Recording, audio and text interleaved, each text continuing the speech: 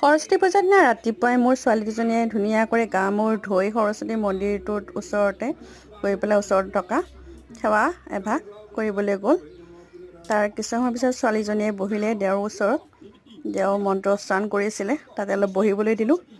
বহিলে তাতে বহি কিছু সময়ৰ পিছতে ঘৰলৈ আহিলে। ঘৰলৈ আহি মই ঘৰতে মিক্স পাত যোৰা এযোৰ আনি পেলাই ঘৰতে এনেদৰে বনাই তাইৰ কাৰণে এযোৰ মেখেলা চাদৰ বনাই দিছিলোঁ।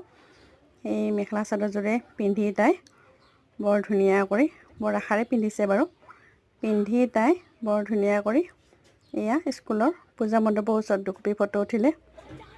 তাৰপিছত লগৰকেইজনীক লগ পাই, বান্ধৱীকেইজনীৰ লগত লগ হৈ পেলাই পূজা কৰিলে, ধূপ ধূনা জ্বলালে, জ্বলাই তাতে সেৱা কৰিলে। সেৱা কৰি তিনিজনী লগ হৈ পেলাই চকলেট খোৱাত ব্যস্ত।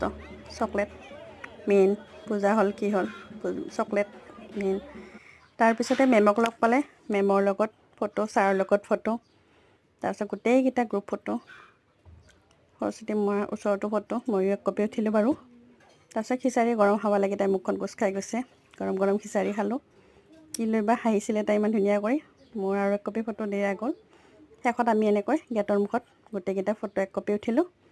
তাৰপিছত গীতাৱলীকো লগ পাইছিলোঁ ৰাস্তাতে, তাতে এক কপি ফটো। তাৰপিছত আমাৰ সন্ধিয়া সময়ত এয়া আমাৰ কাষতে থকা সৰস্বতী মন্দিৰটো 50 বছৰ হোৱা উপলক্ষে এটি সৰু অনুষ্ঠান পাতিছিলে, তাতে মোক আঁত ধৰিবলৈ দিলে।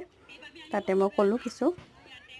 তাৰপিছত ৰাতি নাম পাৰ্টি আহিছিলে, থিয় নাম, নলবাৰীৰ পৰা মহিলাৰ থিয় নাম দল এটি আহিছিলে।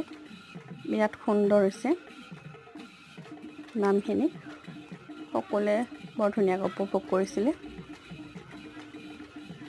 আৰম্ভণিৰ পৰা শেষলৈকে কোনো লৰচৰ নহ'ল, ইমান ধুনীয়া হৈছে, চাই ভাল পাইছে। ইমান ওচৰৰ পৰা আমাৰ ল'ৰা ছোৱালীবোৰেও চাইছে। সৰস্বতী পূজাৰ দিনা এনেদৰে নাম চাই খুবেই ভাল লাগিছে, কাৰণ আজিকালি এনেকুৱা পৰিৱেশ পোৱা নাযায়।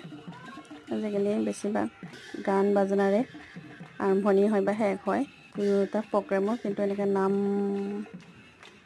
শুনিবলৈ পায় বা চাবলৈ পায় খুবেই ভাল লাগিছে। বিৰাট ধুনীয়া গৈছে সেই দিনটো আমাৰ আৰম্ভণি।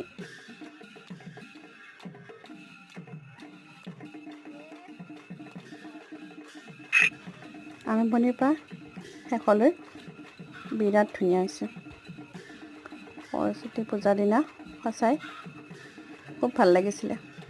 এনেদৰে নাম পাৰ্টিৰ নামেৰে গোটেই পৰিৱেশটো আপ্লুত হৈ পৰিছিলে আৰু আমাৰ দিনটো এনেকৈ সামৰণি পৰিছিলে।